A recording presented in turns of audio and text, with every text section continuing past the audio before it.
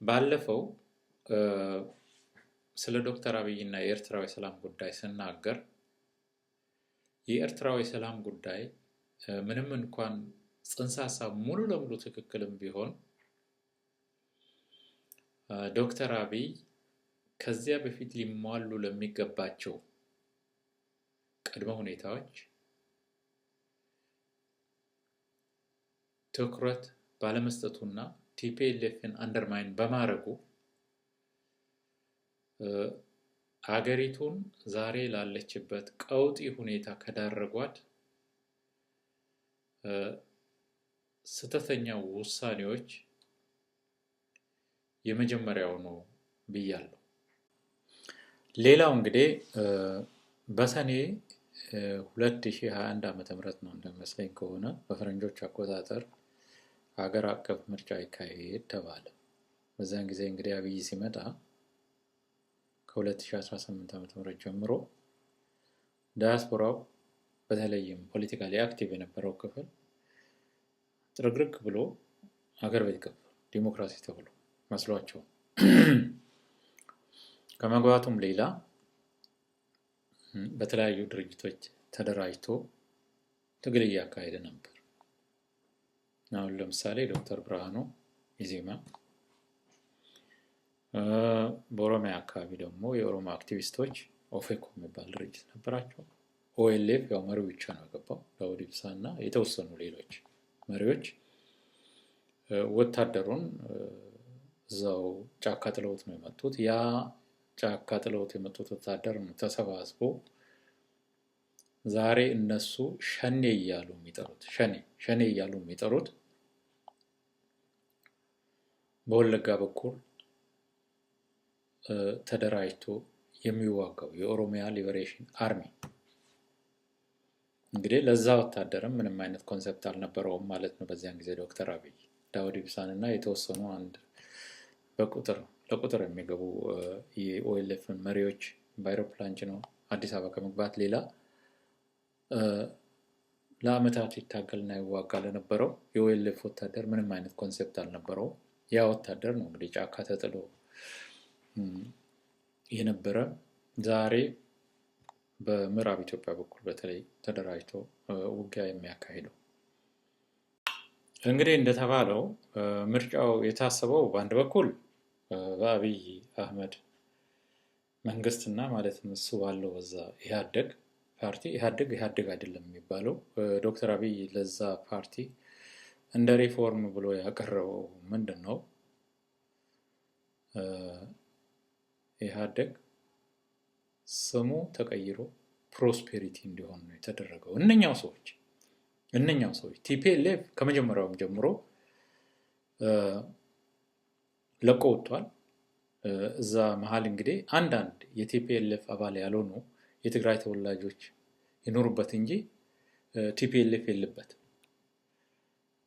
እንግዲህ የተውት ነገር ቢኖር ስማቸው ነው። የአማራውም ድርጅት ስሙን ተወ፣ የኦሮሞውም ድርጅት ስሙን ተወ ሬፓ የሚባለው፣ የሶማሌውም ድርጅት እነኚህ አንድ ላይ ሆነው ፕሮስፔሪቲ ተብሎ ቁጭ አሉ። እንግዲህ ምርጫው ሊካሄድ የታሰበው በእነሱ መሀልና በእነኚህ አዲስ በሚደራጁት ለምሳሌ ያህል በእነ ዶክተር ብርሃኑ ኢዜማ መሀል ወይም ደግሞ በኦፌኮ እና ኦኤልኤፍ የዶክተር ብርሃኑ ፓርቲ እንኳን ማለትም ኢዜማ ራሱን እንዳንድ ኢትዮጵያ አቀፍ ሀገር አቀፍ አድርጎ ነው የሚያየው። እውነት ለመናገር ግን በዚያን ጊዜ ታስቦ የነበረው ምርጫ በዘር ላይ የተመሰረተ ነው። ስለዚህ ዶክተር ብርሃኑ ያንን ምርጫ የማሸነፍ ምንም አይነት ቻንስ አልነበረው። እዛችሁ ከተማው አካባቢ እንደው የተወሰነ ድምፅ ካገኘ በስተቀር እኔ በኔ ግምት ግን በዚያን ጊዜ ሀገራዊ ምርጫ እንዲካሄድ ሁኔታው አይፈቅድም የሚል እምነት አለ። ይህን የምልበት ምክንያት ምንድነው? እንግዲህ የትግራይ ጦርነት የጀመረው በኖቬምበር 24 ነው እንደሚመስለኝ ከሆነ 2020 በፈረንጆች አቆጣጠር ይሄ ምርጫ ሊካሄድ የታሰበው ጁን 2021 በዚያን ጊዜ ሰሜን ኢትዮጵያ ከፍተኛ ጦርነት አለ። ትግራይ፣ መሀል አማራ፣ አፋር፣ ምዕራብ ኢትዮጵያ ውስጥ እና በተለያዩ የሀገሪቱ ክፍሎች ከፍተኛ ንቅናቄዎችና ጦርነቶች እየተካሄዱ ነው እና በእነኚህ ጦርነቶች መሃል ያ ምርጫ ቢካሄድ በሚሊዮን የሚቆጠር የሀገሪቱን ህዝብ እንግዲህ ትግራይ ሙሉ ለሙሉ ማለት ነው፣ አማራን በከፊል አፋርን በከፊል የኦሮሞን ህዝብ እሱ እንደሚለው ሳይሆን አብዛኛው ኤክስክሉድ ያደርጋል። ያ እንግዲህ ምርጫውን ቫሊዲቲ ያሳጣዋል ማለት ነው። ይህን ሁሉ ሚሊዮን ህዝብ ኤክስክሉድ አድርጎ ሀገር አቀፍ ምርጫ ነው ብሎ ማለት ያንን ምርጫ አይቻልም። ማለትም በጦርነት መሃል እንደዚህ ፉል ስኬል ዋር እያለ ሀገር አቀፍ ምርጫ ማካሄድ እኔ እንደው ትክክል ነው ብሎ የሚያምንም ሰው የለም። ይሄ ኤክሴፕሽናል ኬዝ ነው። ጦርነት ኤክሴፕሽናል ኬዝ ነው። በጦርነት አማካኝቶ ምርጫዎችን ፖስትፖን ማድረግ ይቻላል ጊዜው ሁኔታው እስከሚፈቅድና እስከሚረጋጋ ድረስ። ቀላል ምሳሌ መጥቀስ ቢቻል የዩክሬን ሁኔታ መጥቀስ ይቻላል። ፌብሩዋሪ 24 2022 ማለትም በ2022 በዩክሬን እና በራሻ መሃል አሁን እየተካሄደ ያለው ጦርነት ነው የተጀመረው። ያ ጦርነት እንግዲህ በ3 ቀን ውስጥ በራሻ አሸናፊነት ያልቃል ተብሎ ነበር የተቀመጠው። አሁን 4 ዓመቱን ጨርሶ ወደ 5ኛው እየተሸጋገረ ነው። ለዚህ ነው ጦርነት መጥፎ ነው ያልኳቸው። ጦርነት ይጀምራል እንጂ ማለቂያው በጣም አስቸጋሪ ነው። መጀመሩ ቀላል ነው፣ ግን ማለቂያው ይቸግራል። ዛሬም ያለው የዶናልድ ትራምፕ ሁኔታ ያሳየናል ያንን ነገር ልክ እንደ መጽሐፍ እና ዩክሬን ውስጥ በአሁኑ ጊዜ እንግዲህ የዩክሬን 1/4 በራሻ እጅ ስር ነው ያለው። በአንጻሩ ደግሞ ዩክሬን ውስጥ ከ2 ዓመት በፊት ሀገር አቀፍ ምርጫ መካሄድ ነበረበት ባላቸው ኮንስቲቱሽን መሰረት። ያን ምርጫ ግን አላካሄዱም፣ ፖስትፖን ነው የተደረጉት። ምክንያቱም ያንን ኮንስቲቱሽኑ ይፈቅዳል በጦርነት ጊዜ ያንን ፖስትፖን ማድረግ። ለምንድን ነው? ያን ምርጫ ቢያካሂዱ ሀገሪቱ 1/4 ውስጥ የሚኖረውን በሚሊዮን የሚቆጠር ህዝብ ኤክስክሉድ ነው የሚያደርጉት። ያ ምርጫውን ቫሊዲቲ ያሳጣዋል። ስለዚህ ያንን ምርጫ አላካሄዱም፣ ፖስትፖን አድርገውታል። ጦርነት ላይ ነው ያሉት። ያ ነገር እስከሚረጋጋ ድረስ ምንም አይነት ምርጫ አይካሄድም ማለት ነው። ኢትዮጵያም ውስጥ የዚህ አይነት ሁኔታ ማድረግ ይቻል ነበር። ያ ሁሉ ኢግኖር ነው የተደረገው። በተጨማሪ በሱ መንግስትና ፓርቲኩላርሊ ደግሞ በኦሮሞ ዲያስፖራ ማለትም አክቲቪስቶች መካከል በነበረው ግጭት እነሱ ላይ እንግዲህ እንዳልኩት መጀመሪያ እሱን ነበር የሚደግፉት። መሀል አካባቢ ግን ግጭት ነበር እነሱ መሃል። በዛ ግጭት የተነሳ ብዙ መሪዎቻቸው ታስሮባቸው ነበር። ኦፌኮ አንዱ ነው። ማለትም ከድርጅቶች ኦኤልኤፍ ሌላው ነው። መሪዎቻችን ታሰሩብን፣ ቢሮዎቻችን ተዛጉብን እያሉ ኮምፕሌን ያደርጉ ነበር በዚያን ጊዜ። በዚህም የተነሳ ያንን ምርጫ ቦይኮት ነው ያደረጉት።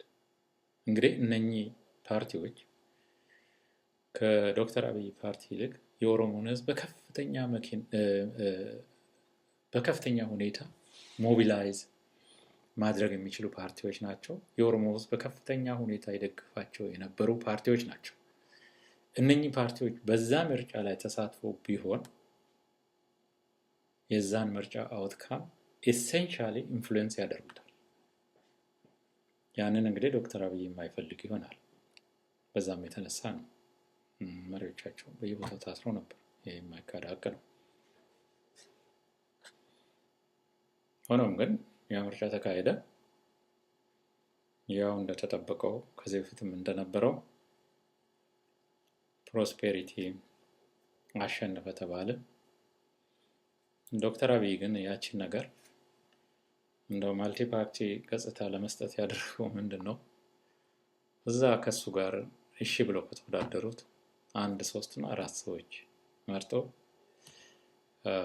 ካቢኔ ውስጥ ነው ያስገባቸው። የተወሰኑ እንደው ይሄን ያህልም ጠቃሚ ሪሶርሶች ትምህርት ሚኒስቴር፣ ሳይንስና ቴክኖሎጂ እንዲህ አይነቱን ነገር ነው የለቀቀላቸው። ያው ግን በሱ ቁጥጥር ስር ነበር። ያን ያውቃል ሙሉ ለሙሉ በቁጥጥሩ ስር። ስለዚህ ያ ምርጫ መካሄድ የሚገባው ምርጫ አይደለም፣ ቫሊድም አይደለም በኔ ግምት። እዛም ላይ የወሰደው ስቴፕ በኔ ግምት ሙሉ ለሙሉ ስህተት ነው ብዬ ነው የማምነው። ሌላው ደግሞ ከዚህ በፊት ስናገር ኃይለ ሥላሴ መሀይም ቢሆኑ ዲፕሎማሲያቸው ጠንካራ ነው ብያለሁ። ጊዜውም ይፈቅድ ነበር። ፓርቲኩላርሊ ኢንተርናሽናል ዲፕሎማሲው ጠንካራ ነበር፣ እውቅና ነበራቸው። ሀገር ውስጥ ያለውን ነገር እንዳለ ብንተው። ከዛ በተጨማሪ ደግሞ መለስ ዜናዊ የእሳቸው የተማረው ቨርዥን ነበር። መለስ ዜናዊ ዲፕሎማሲው እንዳልኩት ሀገር ውስጥ ያለው ሁኔታ ይሄ በደሉ፣ ጭቆናው፣ በዘር የመከፋፈሉ ነገር እንዳለ ሆኖ ኢንተርናሽናል ዲፕሎማሲው ላይ በጣም ጠንካራ ነበር። እየሄደ በየቦታው ይሰብክ ነበር፣ ስምምነቶችን ይፈርም ነበር። ብቻ ይሄ ኢትዮጵያ የሚለው ኢሜጅ ሀገር ውስጥ ያለውን ሁኔታ እንዳለ ብንተው ኢንተርናሽናል ያለው ገጽታ በጣም ጥሩ ነበር፣ በጣም ተሰሚነት ነበር። ይሄም የዲፕሎማሲ ጥንካሬ ነበር። በቲፒኤልኤፍ እና በአብይ ጦርነት ጊዜ ዩናይትድ ኔሽንስ ውስጥ እንዳንድ ክፍለ ሀገር ፓርቲ ሳይሆን እንዳንድ ሀገር መንግስት አድርገው ይከራከሩለት የነበረው ሁሉም አሜሪካኖቹም፣ ጀርመኖቹም፣ ፈረንሳዮቹም ሁሉም ይደግፉ የነበረው ቲፒኤልኤፍን ነበር። ያ የመለስ ዜናዊ ጥንካሬ ነው። የመለስ ዜናዊ ሪኮግኒሽን ነው። በየሀገሩ እየሄደ የፈጠረው የዲፕሎማሲ መሰረት። እንግዲህ ካየነው ዶክተር አብይ ይህን በሚመለከት ምንም እንኳን ኢንተርናሽናል ኮሚኒቲው ከመጀመሪያውም ጀምሮ እጅግ ተቀብሎትም ቢሆን በጣም ደካማ ነው። ይህም በመሆኑ በዛ የጦርነት ጊዜ ብቻውን ነገር አሳፋሪ በሆነ መልኩ ብቻውን ነገር እና ይሄ የዲፕሎማሲ ድክመቱ አሁን ቻይና፣ ራሽያ፣ ተርኪ ምናምን ይላል፣ ግን እንደው ሙሉ ለሙሉ ሲታይ ይህን ያህል ሊጠነክር አልቻለም። አሁንም እንደዛው እንዳለ ደካማ ነው። ይህም በመሆኑ ነው ኢንተርናሽናል ኢሹ ላይ ሲመጣ አሁን ይሄ የኤርትራ ጉዳይ ኢንተርናሽናል ኢሹ ነው እንዳልኩት። ይህን የወደብ ችግር ሊፈታው የሚችል ነገር ካለ ዲፕሎማሲና ዳያሎግ እንጂ ጦርነት አይደለም። እና እዛ ላይ ኢንተርናሽናል ዲፕሎማሲ እጅግ አስፈላጊ ነገር ነው እና ያንን የሚሰማውን ሰው የለም። እሱን ይህን ያህል እንደው የሚያኮራ ተደማጭነት ያለው የአንድ ሀገር መሪ አይደለም። ይሄ ትልቅ ድክመቱ ነው በእኔ ግምት። እንግዲህ አሁን አንዳንድ ቦታ ሁኔታዎችን ሳይ ፓርላማ ውስጥ አንዳንድ ጊዜ ንግግሮችን ሲያደርግ እንደው ስመለከት የምረዳው ምንድን ነው፣ ይሳደባል። ዝም ብሎ ተራ ስድብ ነው የሚሳደበው። የኢትዮጵያ መሪዎች መንግስቱ ኃይለማርያም፣ መለስ ዜናዊ ሰው ያከብሩ ተሳዳቢዎች ናቸው፣ ዘረት ነው የሚላቸው። እና የፓርላማው አባላት አብዛኛዎቹ ፍርሃቱ ፊታቸው ላይ ይታያል። ፍርሃት አለ። ዶክተር አብይ ዛሬ ያለው ኃይል ከዛሬ 3 እና 4 ዓመት በፊት ከነበረው ስልጣንን ካየነው እጅግ ጨምሯል። አካባቢው ያሉትን የሚቃወሙትን የራሱንም ፓርቲ አባላት በሙሉ በግድያ በእስር ኮምፕሊትሊ አስወግዷል። አሁን እሱ ብቻ አሁንም እንግዲህ ያው ወያኔ በየ5 ዓመቱ እንደሚያደርገው ዶክተር አብይም ምርጫ ለማካሄድ እየተዘጋጀ ነው። ያ ምርጫ ከመካሄዱ በፊት ግን የምርጫው አሸናፊ ማን እንደሚሆን ተጽፎ ቁጭ ብሏል። ዶክተር አብይ ነው ያን ምርጫ የሚያሸንፈው። እንደው በሀገሪቱ ውስጥ ዲሞክራሲ አለ ብሎ ለማስመሰል የሚደረግ ጥረት እንጂ ያ ምርጫ በእውነተኛ መልኩ ህዝብ የሚሳተፍበት ሊሆን አይችልም። ዶክተር አብይ ያንን ነገር በምንም አይነት መንገድ የሚፈቅድ ሰው አይደለም በእኔ ግምት። ያው እንግዲህ በየ5 ዓመቱ የዚህን አይነቱን ምርጫ እያካሄደ ራሱ እየተመረጠ ነው የሚኖረው እና እዚህም ላይ ዶክተር አብይ ኢትዮጵያን ወደ ዲሞክራሲና እድገት የሚያሸጋግር መሪ ሳይሆን የወደፊቱ ዲክታተራችን መሆኑን ነው እያስመሰከረ ያለው። እኔ ከዚህ በፊትም እንዳልኩት ፓስት ፖለቲካል ሂስትሪ የተነሳበት ያው ያለፈው ስርዓት ስላሳደገው በሆነ ጊዜ ተጎትቶ እዛው ያለፈው ስርዓት ሁኔታ ውስጥ ይገባል የሚል ኮንሰርን ነበረኝ። ያ ኮንሰርኔ ትክክለኛ ሆኖ ነው የተገኘው። ይሄ እንግዲህ እኔ ትንቢት ተናጋሪ ነኝም ብሎ ለማለት ሳይሆን እንደዚሁ እንደኔ ያስቡ የነበሩ ብዙ ኢትዮጵያውያን ውጭም ውስጥም ነበሩ። ይሄ የኔ ብቻ ኮንሰርን ሳይሆን የብዙ ሰዎችም ኮንሰርን ነበር። አንፎርቹኔትሊ ግን ያ ኮንሰርን እውነት ሆኖ ነው የተገኘው። ዶክተር አብይ እንግዲህ እንዳለፉት የኢትዮጵያ መሪዎች ነገስታቱን እንኳን ብንተዋቸው እንደ ኃይለ ሥላሴ እንደ መንግስቱ ኃይለማርያም እንደ መለስ ዜናዊ እንደውም ከነሱም የበለጠ አገሪቱን ወደ ዲሞክራሲና እድገት ትራንስፎርም የማድረግ ትልቅ ኦፖርቹኒቲ ነበረው። እንደመጣ ዶክተር አብይን ህዝቡ በውስጥም በውጭም በጣም ይደግፈው ነበር። ከዛም አልፎ ተርፎ ኢንተርናሽናል ኮሚኒቲው ከፍተኛ አቴንሽን ሰጥቶት ነበር። ያንን ሁሉ የነበረውን ቻንስ ነው ሚስ ያደረገው።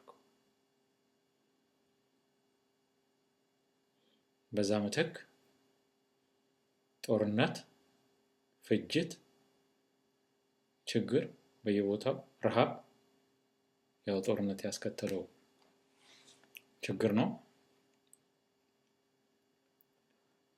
በሀገሪቱ ውስጥ እንዲነግስ ነው የተደረገው። ዶክተር አብይ እንግዲህ ከአሁን በኋላ ሀገሪቱን ሙሉ ለሙሉ በቁጥጥሩ ስር አድርጎ ፕሮስፔረስ በሆነ መልኩ የህዝቡን ነፃነት ጠብቆ ለማስተዳደር ሳይሆን ፕላን የሚያደርገው ያችን ስልጣኑን ብቻ ከኤሊቱ ጋር እየጠበቀ እስከ ህይወቱ መጨረሻ ድረስ ሀገሪቱን በዲክቴተርሺፕ ለማስተዳደር ነው። እኔ በዚህ ምንም ጥርጣሬ የለኝም። ይሄ እንግዲህ ወደፊት ያው እንዳለፉት መሪዎች በሆነ ጊዜ